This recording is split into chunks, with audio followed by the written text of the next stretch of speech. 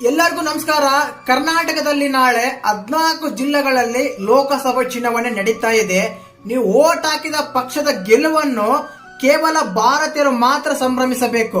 ಪಕ್ಕದಲ್ಲಿರೋ ಪಾಕಿಸ್ತಾನ, ಚೀನಾ ಸಂಭ್ರಮಿಸುವಂತ ಪಕ್ಷಕ್ಕೆ ಮತ ಹಾಕಬೇಡಿ, ವೋಟ್ ಹಾಕಬೇಡಿ.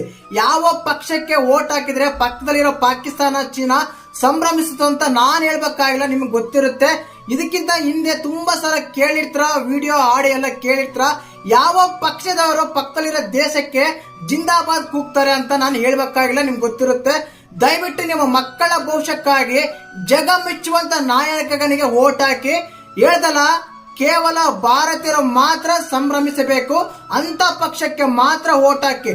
ಪಕ್ಕದಲ್ಲಿರೋ ಪಾಕಿಸ್ತಾನನೋ ಚೀನೋ ಸಂಭ್ರಮಿಸುವಂತ ಪಕ್ಷಕ್ಕೆ ಮತ ಹಾಕಬೇಡಿ, ವೋಟ್ ಹಾಕಬೇಡಿ. ಈ ಮೂಲಕ ಎಲ್ಲರೂ ತಮ್ಮಂತಲ್ಲಿ ವಿನಂತಿ ಮಾಡಿಕೊಳ್ತಾನೆ, ಪ್ರತಿಯೊಬ್ಬರು ಹೋಗಿ ಮತದಾನ ಮಾಡಿ. ಜೈ ಹಿಂದ್, ಜೈ